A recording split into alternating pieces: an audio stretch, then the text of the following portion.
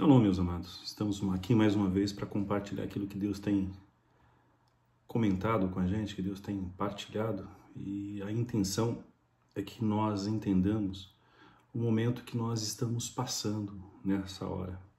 É um momento muito complicado, é um momento muito arriscado para que nós percamos tempo com coisas fúteis, com aquilo que não tem nada a ver com o reino, ou aquilo que não vai impactar ou contribuir nada com a nossa eternidade. Nós estamos vivendo aqui os últimos momentos na Terra, na iminência de uma terceira guerra mundial. Nós pensamos, ou temos a sensação, que o mundo está caminhando para a paz. Sim, uma falsa paz, uma paz imposta por poderes bélicos, mas a Bíblia diz, quando disserem a paz, aí haverá a repentina destruição. Então a minha intenção aqui é estar chamando a igreja, convocando a igreja e alertando a igreja para esse momento profético que nós estamos passando, para a gente poder se preparar. Nós, ou todo mundo, não terá nenhuma desculpa quando chegar diante de Deus e dizer assim, Senhor, eu não tive oportunidade, eu não sabia o que estava acontecendo, eu gostaria de uma nova chance, Não vai ter um novo Calvário.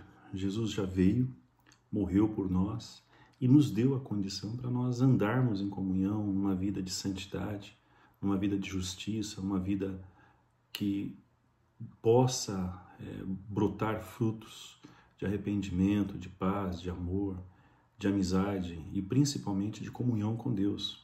Porque o nosso chamado como igreja é para ser o sal da terra e a luz do mundo. E quais são as funções dessas duas características que nós devemos ser, sal e luz?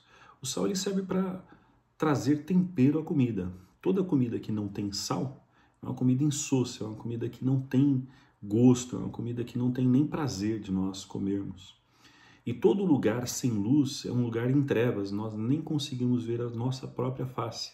Então esse é o papel da igreja, trazer gosto a esse mundo e luz no mundo de trevas, onde não existe mais a presença, as virtudes e a constância de Deus. Hoje, muitas vezes nós temos aquela sensação errada de irmos para a igreja buscar Deus, mas na igreja nós muitas vezes voltamos pior do que nós fomos, porque Deus já saiu da igreja já faz muito tempo. Nós vemos uma igreja hoje morta, uma igreja que não tem cura, uma igreja que não tem sinais miraculosos, uma igreja que não tem transformação de vida, uma igreja que não passa confiança, uma igreja que caminha de mãos dadas com o mundo. O mundo faz aquelas coisas e a igreja repete. Não existe diferenciação entre a igreja caída, a igreja prostituta de hoje, em relação ao mundo. Nós vemos assim que as pessoas hoje não querem ir na igreja porque elas veem o testemunho das pessoas que estão indo na igreja e elas falam assim, eu vou na igreja para quê? Se as pessoas que estão lá dentro fazem a mesma coisa que eu. Então assim, não existe essa necessidade, esse testemunho de uma igreja santa que deveria verdadeiramente testemunhar a vida de Deus, andar como Jesus andou, viver como Jesus viveu, compartilhar, amar, se importar com as pessoas como Jesus fez. Hoje as pessoas, de uma maneira geral, meus amados, elas são muito egoístas. Eu costumo dizer neste momento, fazendo traçando um paralelo, no momento político que nós estamos, nós vemos o comunismo, ele brotando de uma forma muito nacional, muito global, principalmente aqui no Brasil. E porque nós conseguimos colocar comida na nossa mesa, comer bem, vemos a nossa família justamente muito bem, a gente não se importa, porque não bateu na nossa porta. Nós somos muito, como eu posso dizer, nós somos muito omissos como igreja, omissos como como cidadãos brasileiros ou mesmo como cristãos, que é o nosso caso. Eu costumo dizer que o cristão ele não tem nacionalidade, ele é cristão e ele defende a bandeira celestial, a bandeira de Cristo. Mas essa covardia não tem nada a ver com a igreja. Se a igreja não fosse violenta, se a igreja não fosse corajosa, se a igreja não lutasse, hoje nós nem teríamos a palavra de Deus, a Bíblia. Então, essas pessoas que lutaram, que deram as suas vidas pela verdade, que morreram pela causa de Cristo, elas foram corajosas, diferentemente de nós. Nós, a qualquer dorzinha ou qualquer perda que nós possamos ter, nós desistimos do nosso propósito, do propósito pelo qual Deus nos chamou. E muitas vezes a gente até coloca a culpa em Deus das nossas frustrações. Ah, não aconteceu, então não vou servir esse Deus, não. Esse Deus, ele só me dá a decepção, eu não consigo alcançar nada. Ou seja, nós achamos que Deus, ele é uma pessoa serviçal, que nós vamos falar assim, eu quero isso, Senhor, e eu quero que o Senhor me dá. Olha, eu preciso disso e o Senhor tem que me dar. Olha, é isso. Deus não é o nosso escravo. Deus não é o gênio da lâmpada para que nós possamos ir a Ele somente quando nós estamos precisando. Deus não é aquele Deus que as pessoas dizem, né? Ah, vem para a minha igreja que você vai ter um carro, que você vai ter uma excelente casa, que você vai ter um casamento. Não, esse não é o nosso Deus. Nós temos essa ilusão por falta de conhecimento da Bíblia e das pessoas que trouxeram a Bíblia até a gente. Pois todos os apóstolos, todos os discípulos de Cristo, menos João, né? João, eu costumo dizer até mesmo que João, tá? Porque João eu vou explicar porque também. Todos eles foram martirizados, morreram com o pescoço cortado, na cruz de cabeça para baixo, com paulada na cabeça, arrancaram a pele deles, outros eles partiram em vários pedaços. E as pessoas costumam dizer assim, mas João ele morreu de velhice. Ele morreu de velhice, não sei se vocês já leram os livros dos mártires, ele tentaram martirizar João, colocaram ele num tacho de óleo muito quente e não aconteceu nada com ele, porque o Espírito Santo tinha um propósito, que Jesus aqui na Terra, quando ele estava aqui na Terra, né, ele deu uma profecia e poucas pessoas se lembram disso, né?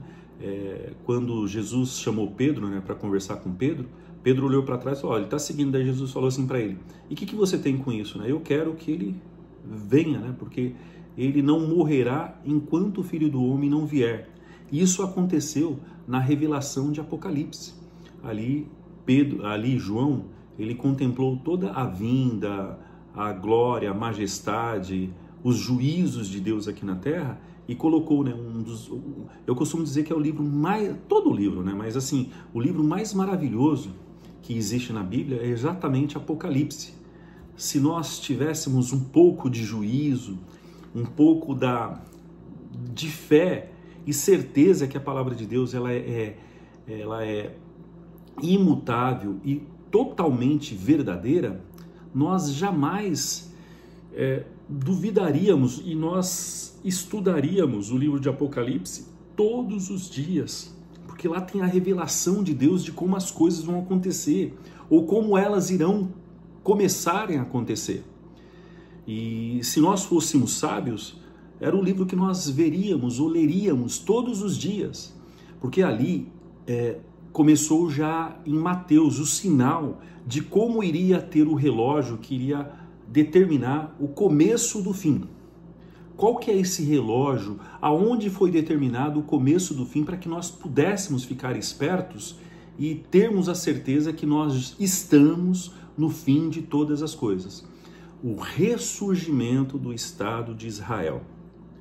Jesus ele deixou bem claro em Mateus 24 que todas essas coisas, que coisas, né? Aqueles sinais que perguntaram, Senhor, como que se dará a vinda do Filho do Homem, né? E quais sinais acontecerão? Jesus falou assim, preste atenção na figueira, quando ela estiver madura e brotar os frutos, não passará uma geração sem que todas essas coisas aconteçam. Isso daí Jesus estava falando de Israel. Israel, quando eles foram dispersados, quando o Marechal Tito ele entrou em Jerusalém e fez uma carnificina, né, no Império Romano, ali, ainda ficaram alguns judeus ali na Judéia, né, ali em Israel. Não existia a Palestina não, meus amados. A Palestina, na verdade, filistia, né, porque era dos filisteus. Os filisteus já tinham acabado faz tempo. Era Judéia e ali a terra de Israel. Mas como Marechal Tito entrou lá e massacrou muitos israelenses, né, Deus já tinha falado para os cristãos lá de Jerusalém, eles se dispersarem, eles saírem de lá, porque houve muitos sinais, Deus assim deu muitos sinais para que eles pudessem sair de Jerusalém, porque iria acontecer aquelas coisas para trazer o juízo sobre Israel por causa da rejeição de Cristo. Quando Cristo veio, eles perderam o dia da sua visitação. Foi a coisa mais terrível que Israel fez em toda a sua história, em rejeitar o seu Salvador. Aquele povo que em todos os séculos, eles são os que mais conhecem a Bíblia, a letra da Bíblia. Em todos os séculos, eles sempre esperaram. Qual que era o propósito deles? Esperar a vinda do Filho de Deus, ou a vinda de Deus, porque eles não acreditam em dois deuses, né? Eles estavam esperando um Machia deles, né? E quando Jesus veio, eles não reconheceram Jesus. Porque foi um absurdo. Como aceitar? Eu sempre coloco isso daí, né? Se vocês verem os meus outros vídeos no meu canal, eu sempre coloco isso para a gente perceber que se não tiver o Espírito Santo para nos alertar, para nos mostrar a verdade, para destrinchar os segredos das profecias e do significado da palavra de Deus, nós também iremos ficar. Por quê? Como eles podiam crer num carpinteiro que nasceu de uma virgem, ou seja, não houve concepção carnal para o nascimento de Cristo, e ele nasceu numa das famílias das pessoas mais pobres ali de Belém, da Judéia. E eles não estavam esperando isso, eles estavam esperando a raiz de Davi, um rei poderoso, que iria tirar eles daquela situação serviçal que eles estavam vivendo. Eles estavam sobre a égide, eles estavam sobre o jugo do Império Romano. Então eles não queriam uma pessoa na concepção deles fraca, pobre, que não pudesse mudar nada. E isso por falta de conhecimento. Se eles tivessem lido tanto Zacarias, o livro de Zacarias, que livros que eles têm acesso, né, que eles aceitam todo o Velho Testamento, ou mesmo Isaías 53, que diz abertamente que ele não teria aparência, que ele viria como um cordeiro de Deus, que ele morreria numa cruz para aspiar. Aspiar seria tirar de nós todo o pecado que estava incrustado através de Adão e através das nossas vidas, todo aquele pecado que nós não tínhamos condição, porque foi dado uma lei, lá em Números 20, os 10 mandamentos, foi dada uma lei impossível de nós cumprirmos. Então vocês podem me perguntar, então para que Deus deu? Justamente porque o sinal não era... Eu quero que vocês entendam que o sinal, o propósito de Deus, não era a questão de obedecer uma lei. Não era isso, era a intimidade com Ele. Tanto que quando houve o surgimento da lei ali no Monte Sinai, a primeira tábua dos 10 mandamentos, se Moisés não tivesse jogado para quebrar, Deus teria que matar todo aquele povo, porque já tinha sido dado os 10 mandamentos. E a quebra dos 10 mandamentos implicaria a morte de todas as pessoas que ali estavam, porque eles começaram, quando Moisés subiu lá no Monte Sinai, ele ficou 40 dias e 40 noites, o povo já começou a falar, não, Moisés morreu, não foi, o Deus que tirou a gente foi um bezerro de ouro. Arão, faz um bezerro de ouro aí, vamos adorar esse Deus que tirou a gente do Egito. Eles começaram, eles pecaram, eles serviram a um Deus totalmente, como posso dizer, concebido em pecado, e aí eles fizeram grandes orgias. Então, quando Deus escreveu os 10 mandamentos com o próprio dedo dele, e o Moisés trouxe, vendo, ele chegou ali, todo o povo estava em orgia, pecados terríveis. Se Moisés não tivesse quebrado aquela lei que foi concebida, que foi originada pela mão de Deus, Deus teria que matar todo aquele povo. Moisés ali, ele teve uma visão, ele teve uma revelação, ele quebrou aquelas 10 leis, porque ele entendeu que o povo não conseguiria, que o mundo não conseguiria, que as pessoas não conseguiriam cumprir as 10 leis, as pessoas iriam se condenar através das regras, através das leis, através do decálogo de Deus. Depois que ele se colocou à frente e ele intercedeu pelo povo a ponto de colocar a sua vida em risco, ele teve que escrever uma lei, e a partir daquele momento, eu quero que vocês entendam a profundidade que eu vou dizer. A partir daquele momento já não era as 10 leis de Deus, é chamado como as 10 leis mosaicas, as 10 leis que Moisés reescreveu e tentou ensinar para o povo, mas de uma maneira muito radical. Porque naquela sociedade, qualquer pessoa que incorresse no descumprimento daquelas leis, eles eram mortas. Você poderia, vou dar um exemplo, você poderia viver até 70 anos. Até os 69 anos, 11 meses e 30 dias, né, meses de 30, vamos colocar 69 anos, 11 meses e 29 dias, você cumpriu todas as leis. No último dia, no dia 30, que vai completar os 70 anos que você iria morrer, se você pisasse na bola com alguma das leis ali que ali estava, você iria para o inferno. Você não teria salvação. Então aquelas leis foi criada com o intuito de nós chegarmos até Deus e falar: Senhor, nós não temos condição de cumprir essas regras, essas leis que o Senhor nos dá. Escreva as suas leis nos nossos corações. Como? Através de uma intimidade que Abraão teve. Abraão foi chamado amigo de Deus. Então era isso que Deus queria ter e quer conosco até hoje, essa intimidade. É Ele ter essa unidade conosco a ponto de nós termos prazer na lei do Senhor. Porque se nós cumprirmos as leis de Deus como regra, como uma obrigação que vai nos levar até os céus, mesmo nós cumprindo, meus irmãos, eu vou dizer algo para vocês que vocês vão até ser contra o que eu vou dizer. Nós não subiremos para os céus. Deus, ele não quer robozinho. Nunca foi da ideia de Deus, da vontade de Deus, criar robozinhos para cumprir aquelas regras, aquelas leis dele. Deus, ele quer intimidade. Deus quer comunhão. Deus quer unidade conosco a ponto de nós termos prazer de andarmos com Deus.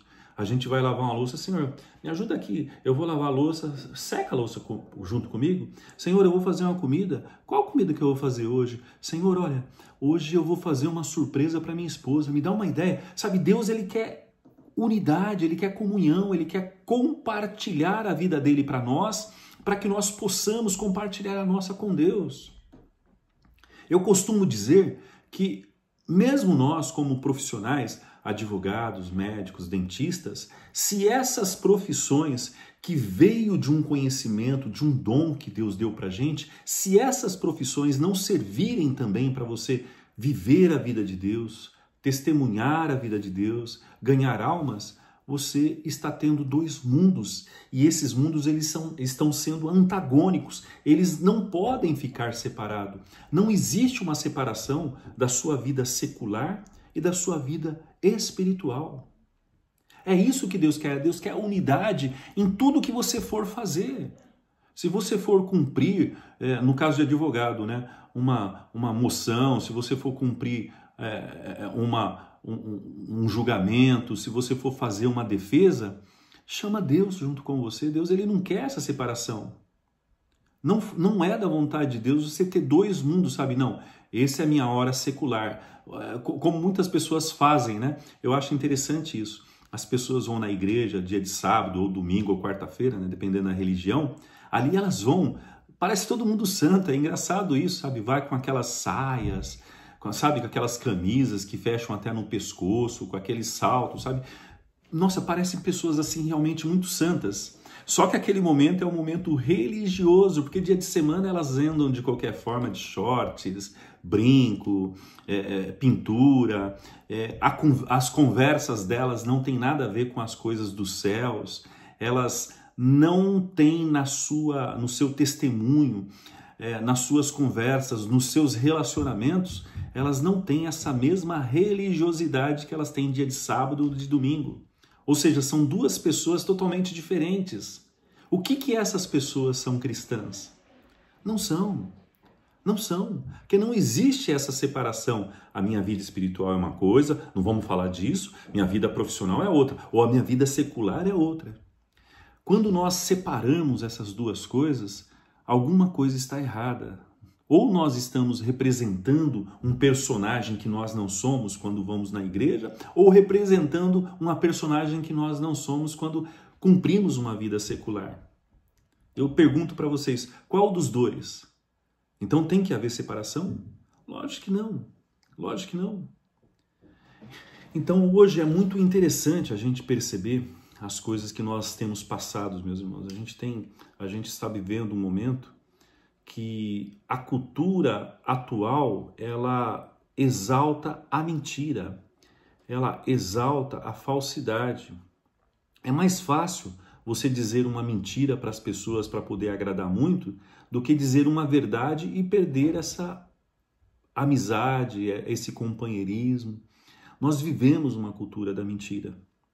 Que nem recentemente, é muito interessante isso, eu quero compartilhar, não tem nada a ver com política, tem a ver com o conceito de certo e errado e de que as pessoas elas estão perdendo a sua noção do correto, do honesto. Estava o Congresso Nacional, eles conseguiram barrar uma lei, um decreto do presidente, né, não vou dizer o nome dele, que aumentava impostos.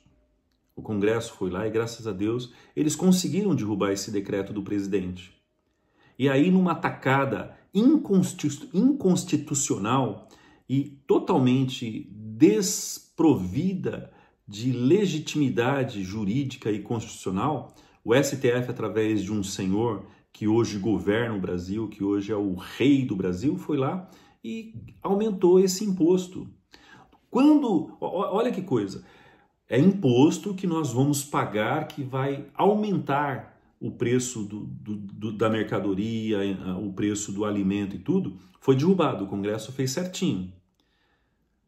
As pessoas que são do lado do presidente, do lado desse, vamos dizer assim, da esquerda, elas ficaram muito tristes, elas começaram a fazer um montão de vídeo criticando, né, trazendo um montão de mentira, que essa direita, esse Congresso que derrubou isso, ia prejudicar o Brasil. E aí o que aconteceu?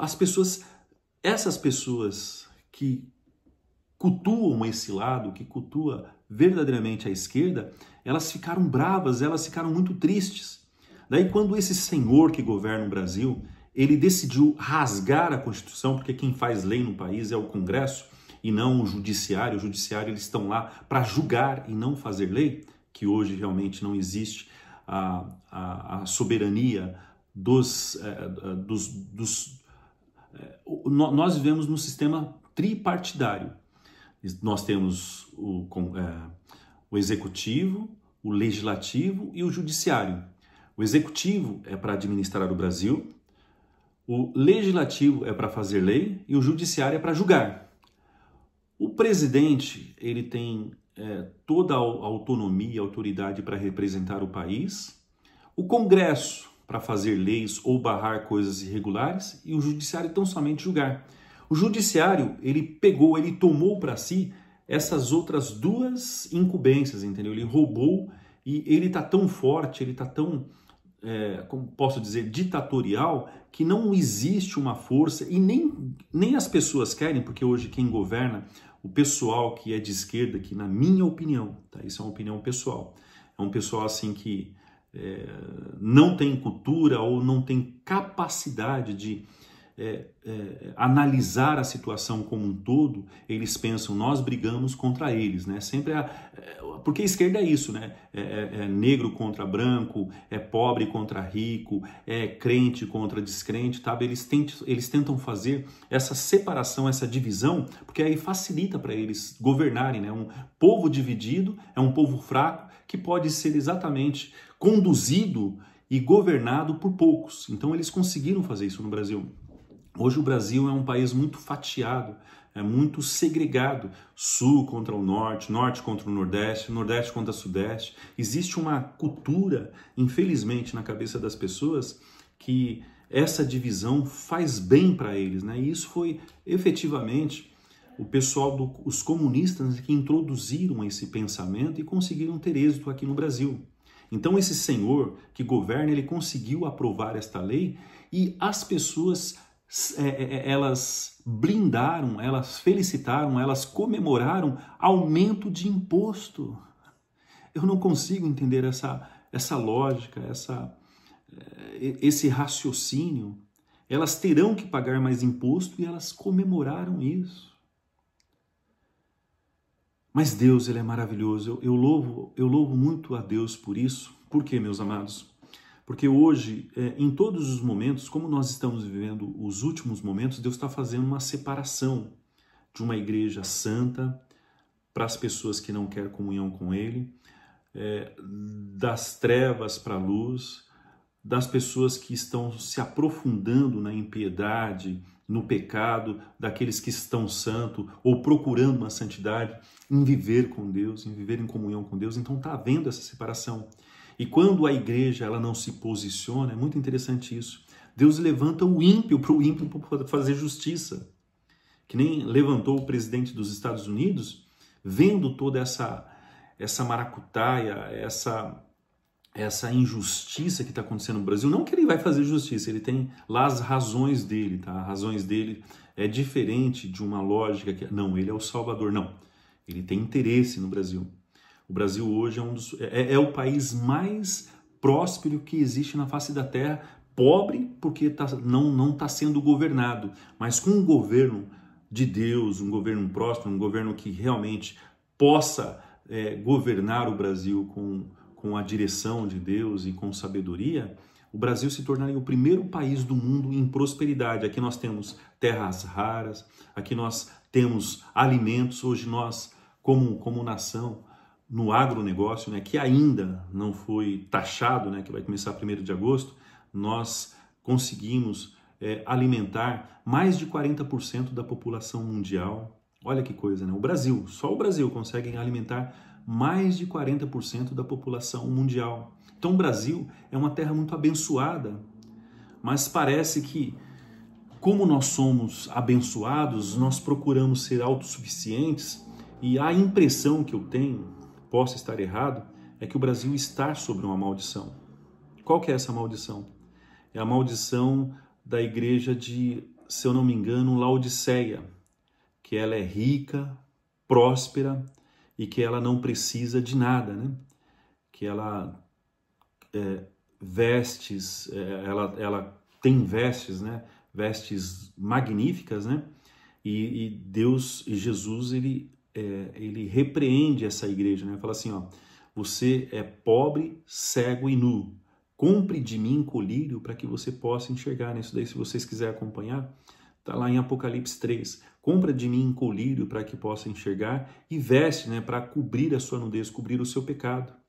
O Brasil, ele incorreu nesse pecado, no pecado de orgulho.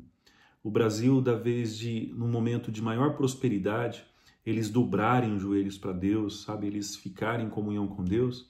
Eles preferiram criar os seus reinos, criar os seus mundos, e estava tudo bem, por quê? Todo mundo próspero, todo mundo fazia a sua reserva, todo mundo tinha o seu churrasquinho ali final de semana, e Deus, ele foi colocado de escanteio. Não, Senhor, o Senhor já me deu, agora fica na sua aí, eu vou viver a minha vida. É como aquele caso que eu já suscitei desde o começo, né? Essa questão da vida secular e vida espiritual. Não, Senhor, sábado eu vou lá trocar uma ideia com o Senhor, tá, Senhor? Agora o dia de semana é meu, eu vou curtir, vou fazer o meu churrasco, vou jogar minha bolinha, vou jogar meu vôlei, coisa assim. Não estou dizendo que essas coisas sejam pecado, não é isso.